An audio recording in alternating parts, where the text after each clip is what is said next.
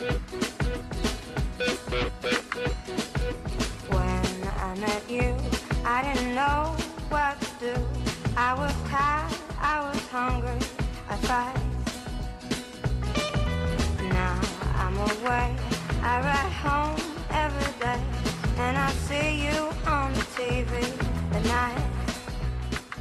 Bonjour à tous, je suis ravie de vous retrouver pour Avis de Tendance, l'émission qui rafraîchit les idées au programme de la mode, de la déco, du design, de la cuisine, bref, des tendances pour un 26 minutes très lifestyle. Et aujourd'hui, j'ai la chance de recevoir une créatrice au look très reconnaissable, mademoiselle Fifi Chachnil, une femme d'exception et rien ne semble pouvoir l'arrêter. Elle a notamment été égérie des photographes Pierre et Gilles. Je suis ravie de l'accueillir aujourd'hui et je vais aller l'accueillir tout de suite.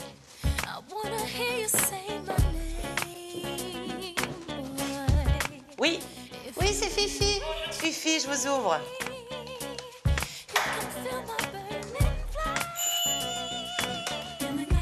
Bonjour Fifi, bienvenue. Bonjour. Comment ça va? Bien. Et vous? Ça va super. Je suis ravie de vous recevoir. Moi aussi, je suis ravie d'être là. Donnez votre manteau, vous débarrassez.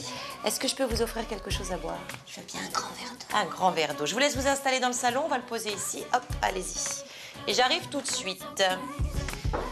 Ça a été pour trouver? Oui, très facile, c'est tout droit. Ouais, c'est tout droit. Hop. Un grand verre d'eau. Allez, c'est parti. Sympa, hein, la maison? Oui, jolie. Tenez. Merci. Est-ce qu'on est prêt à attaquer? On y va. Alors Fifi Chachnil, je suis ravie de vous recevoir et on va parler de votre parcours qui est assez atypique. Alors au départ, vos parents sont soyeux à Paris. Vous avez toujours baigné finalement dans l'univers de la confection, des tissus. Vous êtes parti étudier les arts graphiques aux États-Unis et à Paris. Et alors parallèlement à ça, vous avez enregistré un disque en égyptien. Alors expliquez-moi, et c'est là, de là est venu votre pseudo Fifi Chachnil. Expliquez-moi tout ça, c'est quand même assez dingue. Ben, en fait, je pense que ça vient de ce parcours-là, cette naissance dans ce milieu-là. Moi, j'ai vécu dans un univers très sobre. Et évidemment, j'ai aimé tout ce qui ne l'était pas. Et voilà. Vous avez eu besoin de vous émanciper, en quelque sorte. Oui, c'est ça. Donc et vous alors, avez... ça a été très loin, évidemment. Parce que l'Orient était vraiment à l'opposé de tout ce que j'avais appris. Oui. Donc vous êtes partie en Égypte? Je suis partie en Égypte et je suis revenue complètement conquise par la langue que je ne parlais pas, mais avec une envie terrible de chanter en égyptien. Donc j'ai enregistré un disque chez WEA en yaourt égyptien, une époque formidable où on pouvait faire absolument n'importe quoi. Donc là, je me suis baptisée Fifi Chachnil, Chachnil juste, qui ne veut absolument rien dire dans aucune langue. D'accord. Alors, vous adorez confectionner de la lingerie, très 50s. Pourquoi cette période-là? Pourquoi elle vous inspire? Il n'y a pas que cette période qui m'inspire, mais effectivement, on peut ressentir ça. Je pense que c'est parce que c'est une époque où la féminité a été exacerbée et que j'aime remettre ce féminin à sa place. Et en plus, vous avez été tout de suite soutenue par de nombreuses personnalités. Vous avez habillé des artistes, Valérie Lemercier, Kate Moss. Tout de suite, vous avez eu un noyau dur qui vous a fait confiance? Je pense que les premiers qui m'ont fait confiance sont Pierre et Gilles. Oui. Et... Vous avez été leur égérie? Oui, une idée. Mais oui, on a été très proches et c'était une affinité comme une évidence. Et c'était une relation importante, humainement et artistiquement. La mode chez vous, alors, dans votre intérieur, c'est quoi dans votre vestiaire, la pièce indispensable? Eh bien, je pense que c'est cette robe que j'ai en 1 milliard de couleurs, parce que pour moi, je m'habille pas tellement, je passe pas du temps à m'habiller. C'est vrai? Non. Ouais. Les chaussures, j'imagine, les accessoires, c'est important? Alors les chaussures aussi, c'est important. Et là, je suis ravie parce que je vais dessiner une collection de chaussures pour le bottier Ernest, cette maison illustre. Et j'en suis ravie. Et des chaussures qu'on retrouvera dans une de vos boutiques? Parce que vous avez 4 boutiques aujourd'hui, 3 à Paris, c'est ça, une à Londres. Oui. Il y a des villes qui vous inspirent, autres dans le monde? Vous aimez aller pour vous ressourcer ou pour... Oh, bien sûr. Tokyo dans son genre, ou Los Angeles dans un autre, ou bien sinon j'irai en Normandie, voir du vert fluo et du ciel gris, et des vaches. On a parlé de vos boutiques, du fait que vous êtes très très active, et puis également de votre collaboration, une autre actu avec l'expo du réalisateur Jacques Demy, où vous avez confectionné sur mesure la fameuse guêpière. Racontez-moi. De Lola, oui, la de guêpière de Lola. Et Lola est un personnage absolument admirable, une femme, là je peux dire un idéal de femme. Oui. Elle la porte, c'est-à-dire que sa guêpière... C'est une extension d'elle-même en fait. Et c'est une extension d'elle-même. Alors on a parlé tout à l'heure de voyage, vous m'avez parlé de la Normandie, mais est-ce que vous connaissez le bassin d'Arcachon? Très peu. Racontez-moi. Eh bien je vais vous raconter, on va surtout regarder un petit sujet, vous allez voir qu'il s'y passe beaucoup de choses dans le domaine de l'art de vivre. C'est parti.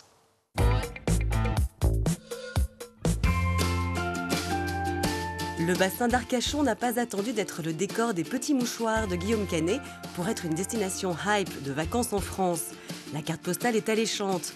La dune du Pilat, la plus haute d'Europe, les cabanes chanquées qui servaient à surveiller les parcs ostréicoles, un charme fou sur l'océan.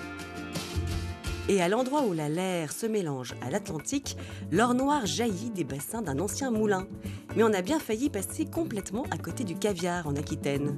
Le caviar n'était pas du tout connu comme un produit de consommation et donc c'était souvent jeté dans la basse-cour pour les poules, pour les canards, pour les cochons.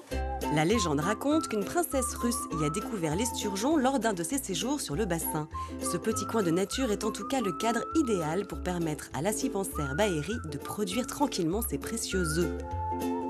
C'est un poisson qui était forcément tué pour ses œufs. Pour le protéger, il est interdit de pêche. Donc le caviar sauvage est quelque chose qui n'existe plus.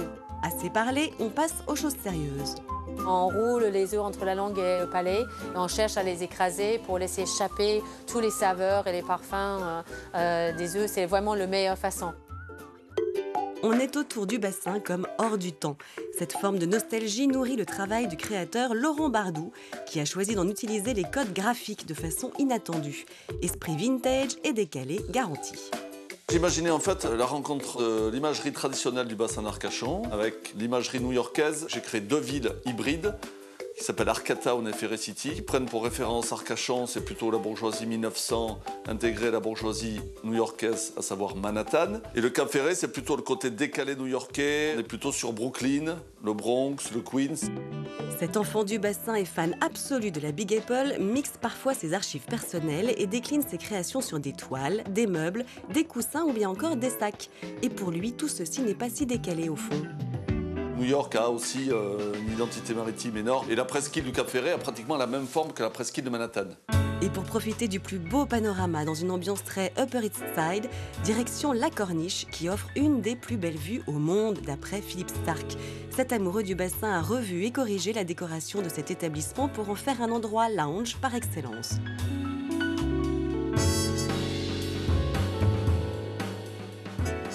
Le designer y a même sa chambre attitrée dans la partie hôtel. C'est celle qui a la plus belle vue. Donc toutes les chambres sont identiques. Hein. Il a repris les salles de bain sont toutes vitrées. C'est les petits bois ostréicoles comme on retrouvait dans les cabanes ostréicoles du bassin. Le bureau qui représente simplement le bassin d'Arcachon avec ses adresses préférées au Cap Ferré. Le Zenith Beach, parce que c'est là où on s'est rencontrés la première fois. C'est un établissement qui est très ouvert sur l'extérieur, donc il a voulu garder toute cette clarté. De la dune du Pilat jusqu'au Cap Ferré, l'île aux oiseaux est un passage obligé avant de découvrir la chapelle de la villa algérienne et d'autres maisons discrètes cachées à l'ombre des pins. Bienvenue au Mimbo, le paradis des amateurs d'huîtres. Nous nous trouvons dans la conche du Mimbo, derrière lequel nous produisons nos huîtres. C'est un beau produit issu du captage naturel du bassin. C'est ça qui fait la typicité du Cap Ferré, c'est-à-dire que c'est une huître assez iodée. On arrive à faire charnu aussi parce que c'est important d'avoir de la mâche, un peu de gras pour faire un super produit. Bien travaillé, vous voyez, il est bien rond, bien régulier. Chez Boulan, on déguste ces huîtres les pieds dans l'eau si l'on en a envie. On a ouvert ce bouchon pour répondre à une demande que l'on pensait assez forte, qui était de manger des bons produits dans un quartier typique. que ce soit à la cabane au bord de l'eau ou au bouchon, dans le restaurant. Pas de chichi, l'idée c'était le bon produit d'abord. Ambiance brasserie décontractée ou terrasse, mais toujours la certitude de passer un moment privilégié. Il n'y a pas besoin de grand-chose de plus pour être heureux normalement. En sortant de chez Boulan, on entre en plein cœur des 44 hectares, un quartier resté sauvage à la pointe du Ferré. Quand la route s'arrête et que ça devient un chemin, ce sont les 44 hectares. Et dans ces fameux 44, on rencontre forcément Benoît Barterotte. Cette figure locale accueille dans ses jardins et ses cabanes ferrées-capiennes une clientèle triée sur le volet. Mais il accepte de nous faire découvrir son petit coin de paradis qu'il préserve avec passion. Son combat contre l'érosion et la construction de sa digue est un feuilleton qui tient en haleine toute la pointe depuis plus de 20 ans. Nous, on a toujours lutté pour le préserver intact. La nature est encore ici complètement préservée. Là, c'est l'extrémité du Cap Ferré, extrémité qui était 1 kilomètre plus loin autrefois. Il y avait les cabanes des marins de mon grand-père, en réalité, ici.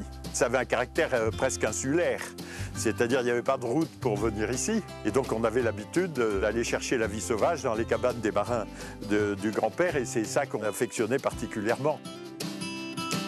Sa simplicité a d'ailleurs inspiré Guillaume Canet pour les petits mouchoirs. Tous les gens qui sont des amoureux de la nature, vous imaginez, sont les bienvenus. Mais un amoureux de la nature, il sait qu'on ne peut pas aller se mettre 1000 à un endroit. Ben, quand la nature est belle, elle est comme la Vierge Marie, elle n'est pas faite pour être consommée. Alors si vous voulez vous prendre pour Marion Cotillard, rendez-vous sur le bassin, entre sable et mer, à l'heure de l'apéro. L'expérience est unique.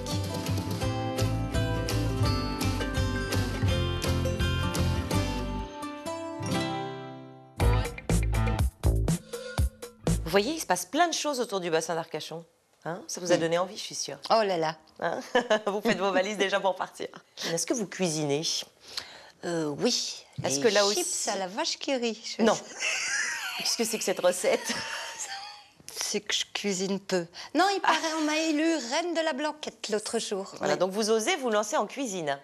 Ben, en fait, il suffit de lire un livre. Hein. Ah, mais il y en a qui n'y arrivent pas, même à lire un livre, c'est toujours des résultats catastrophiques. Hein. Ah bon? Oui. Donc vous Ben, avez... il ne regarde pas le timing. Peut-être. Tout est dans le Oui. prestement. Oui, oui. C'est vrai. C'est important chez vous? Votre chez vous, c'est une notion Oui. importante? Oui. Oui. Oui. C'est votre nid? J'habite en face du Moulin Rouge. Génial comme J'habite quartier. dans une carte postale. Oui. Dans un décor de film pour Américains. C'est comment chez vous, justement? C'est des objets chinés, des objets... Oui, que des objets chinés que je n'ai pas cherchés. J'aime bien ne pas avoir à... J'aime bien trouver sans chercher. Est-ce que vous êtes sensible à toute cette collection de meubles design, toute cette tendance très design? J'y suis sensible, mais c'est pas mon sujet. Mhm. Donc je suis voilà, je suis ravie d'être assise dans un fauteuil tel que celui-ci. D'ailleurs, quand j'étais petite, il y avait des répliques comme ça pour les Barbie, en tout petit. Et ma copine Isabelle avait ça. C'est vrai, vous étiez super jalouse. Ah, super. Non, même pas jalouse, Non. puisqu'on avait le droit de jouer chez elle. Oui, peut-être jalouse. Moi, j'avais pas le droit de jouer aux Barbie. Ah vous vous bon? rendez compte? Ah oui, effectivement. Oui. D'où le résultat. Oui. Ne jamais interdire rien aux enfants, ça peut faire l'effet contraire. Et donc, il y avait des petites choses comme Oui, ça? il y avait des chaises comme ça. Oui. C'est quoi pour vous l'élégance à la française, si vous deviez apporter une définition? Parce qu'on dit dans le monde entier que nous sommes extrêmement élégantes, nous les Françaises. Oh, je pense que c'est une réputation qui nous colle à la peau, mais ça date un petit peu de Marie-Antoinette. Oui. C'est un peu grâce à elle. Après, je ne sais pas si nous sommes si élégantes. Vous savez, on n'est pas si élégantes parce que quelquefois, on a peur. On a peur de s'assumer, Nous d'oser en avons fait. peur, Oui, c'est ouais. ça. On n'ose pas. On n'ose pas, on est pleine de conventions. Et c'est pour ça que ça nous bride un petit peu. Et c'est dommage. Puisqu'on parle de mode, Fifi, j'ai une petite surprise pour vous. Un petit sujet concocté, vous m'en direz des nouvelles. Regardez.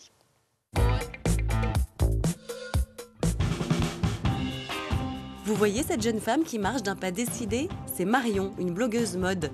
Et à l'heure du grand nettoyage de printemps, elle nous aide à recycler nos vieilles fringues et accessoires que l'on s'apprêtait à jeter. Vous allez voir comment, avec un rien de matériel et un zeste d'imagination, on peut transformer notre vieux t-shirt en un t-shirt à franges hyper tendance. Mais aussi comment changer l'horrible bracelet en plastique de notre montre en un bracelet brésilien hyper coloré qui donne la pêche. Alors c'est parti, direction Rio de Janeiro et sa célèbre plage d'Ipanema. Bon d'accord, c'était une blague, c'est à Bastille que Marion nous reçoit. On peut toujours rêver, non? Je vous propose de revisiter l'accessoire de l'été avec un grand A, le bracelet brésilien. Je vais avoir besoin pour ce do-it-yourself d'une montre. Moi, je l'ai choisi en plastique parce que c'est plus facile pour enlever le bracelet. Je vais également avoir besoin de fil en coton. Moi, j'ai choisi 5 teintes hyper colorées. Le orange va super bien avec le rose, le bleu avec le vert. Quoi, on va le tisser nous-mêmes? Ok, je sais que c'est la crise, Marion, mais quand même, on a encore les moyens de s'offrir un bracelet brésilien. En fait, c'est tellement facile de le faire chez soi que c'est bête de dépenser de l'argent pour s'en acheter. Économe, Marion. Vous aurez également besoin d'une paire de ciseaux et d'une barrette, ou si vous préférez, une aiguille. Première étape, on va détacher la montre du bracelet. Pour ça, j'utilise ma paire de ciseaux. J'ai juste à découper ici, et c'est tout. Allez, on coupe. Non, non, non, stop, stop. Ne coupez que si vous n'avez pas accès, comme ici, à la barre métallique pour enlever le bracelet. Sait-on jamais, ça peut redevenir tendance. Et si ça peut quand même vous faire du bien, eh bien, coupez. Maintenant, on va découper le fil dont on a besoin pour faire le bracelet brésilien. Moi, ce que je conseille, c'est de prendre 6 fois la taille de son poignet. C'est l'équivalent à peu près d'1 mètre. Oui, car ici, nous allons effectuer un tissage chevron. Mais au fait, c'est quoi, chevron? Les chevrons, c'est plein de petits V qui descendent comme ça. Ça, c'est ce qu'il y a de plus simple à exécuter. Par contre, chez vous, libérez votre créativité. Imaginez toutes sortes de formes et ajoutez-y perles, strass, coquillages et autres gris-gris de tout genre. Attention, là, ça demande une certaine maîtrise. Revenons donc à nos chevrons. Découpez environ 1 mètre par fil. Coupez au milieu pour obtenir les 2 côtés de notre bracelet. Bon, ce qu'on va faire maintenant, c'est rentrer chaque fil un par un dans la barre en fer de la montre. Pour cela, aidez-vous de votre barrette. Allez, on pousse. Pas le bon angle. Ah non, loupé. Bon, on recommence. Pas hyper facile à faire passer. Toujours pas? Allez, rentre. Ah, on a enfin réussi. Bon, plus que 9. Ensuite? La base de tout bracelet brésilien, c'est le nœud de départ. J'ai plus qu'à nouer mes 10 fils ensemble. Tac, et voilà. Maintenant, jetez un coup d'œil à droite, à gauche, prenez ce qui vous semble le plus lourd, mais quand même facile à déplacer, et coincez-y votre montre.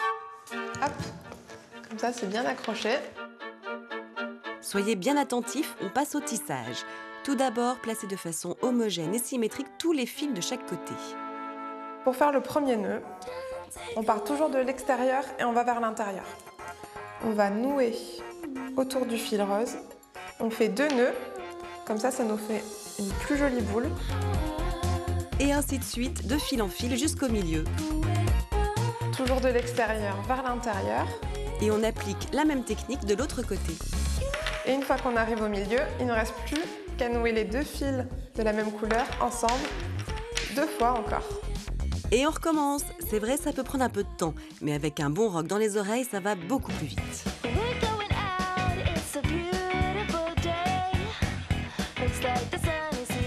Et voilà, j'ai terminé mon bracelet brésilien. Maintenant, j'ai plus qu'à reproduire le nœud du début aux extrémités. Et à l'accrocher autour de votre poignet. Bon, c'est sûr, maintenant, difficile de l'enlever. Mais une montre aussi tendance, moi, je ne la quitte plus. Je la garde tout l'été. Et puis, tant pis pour les jalouses. Et quand vous l'attacherez, n'oubliez pas de faire un vœu. Ça va se réaliser quand le bracelet tombera. Avant de nous quitter, Marion nous propose de réaliser le fameux t-shirt à franges, encore vu ces dernières semaines à Coachella en Californie. Réputé autant pour son festival que son défilé de stars, c'est un laboratoire de tendance. Il nous faut juste un t-shirt, n'importe lequel, et une paire de ciseaux. Ah, ça a l'air hyper simple. Donc moi je me base sur la couture parce que c'est le seul trait droit qu'on retrouve sur le t-shirt et du coup on va faire en sorte de découper nos franges toutes parallèles à la couture. En plus, pas trop technique. Je sais pas pourquoi, mais je sens que je vais adorer.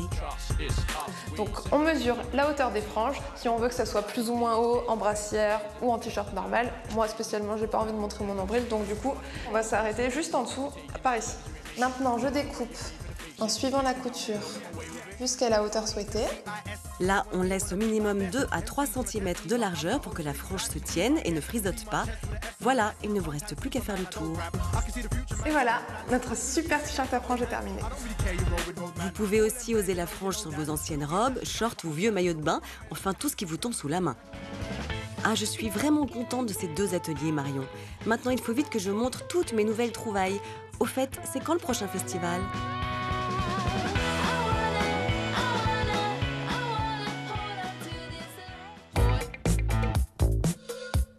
Alors, Fifi Chachnil, je rappelle qu'on peut retrouver l'une de vos créations, la fameuse guêpière, à l'exposition à la Cinémathèque française dédiée à Jacques Demy. Que vos 4 boutiques, eh bien, il y a la petite dernière, rue Grenelle, on n'en a pas parlé, hein, qui est ouverte depuis plusieurs mois maintenant et qui marche très bien. Et que pour tous les gens qui n'ont pas la chance d'habiter à Paris ou à Londres, eh bien, il y a le site internet. On retrouve toutes vos créations aussi. Absolument. Oui. Et vous allez vous arrêter prendre un petit peu de vacances là cet été ou... Eh bien, c'est un rêve. C'est ça. Donc, il sera peut-être réalisé. Ben, écoutez, je vous le souhaite ou pas, c'est comme vous voulez. Oscar. Bonjour. Oh, quel joli badge. Hein. Bonjour. Alors, c'est Oscar. Oscar nous décrypte la tendance toutes les semaines. Bonjour, enchanté. Il arrive avec ses petites planches. Bonjour. Et t'es magnifique. Hein. Je suis magnifique. Ce petit ton sur ton te va à ravir. Oui, parce qu'on va parler de la fluomania. La fluomania. Et tout de suite, moi, je vais m'installer. On va regarder le micro-trottoir pendant ce temps. Allez, c'est parti. Allez, c'est parti. La fluomania.